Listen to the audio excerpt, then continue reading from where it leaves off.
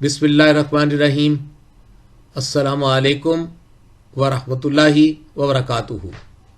शैतान की नज़रों से अपनी हिफाजत कीजिए। हज़रत अब्दुल्ला बिन मसूद रज़ी अल्लाह ताला अन्हु से रिवायत है कि रसूलुल्लाह सल्लल्लाहु अलैहि वसल्लम ने फरमाया, औरत सरासर पर्दा है, इसलिए जब वो घर से बाहर निकलती है तो शैतान उसे ताकता अपनी नजरों का निशाना बनाता है। सुनन तिरमिज़ी हदीस नंबर 1173। अस्सलामु अलैकुम वरहमतुल्लाहि वबरकातुहू।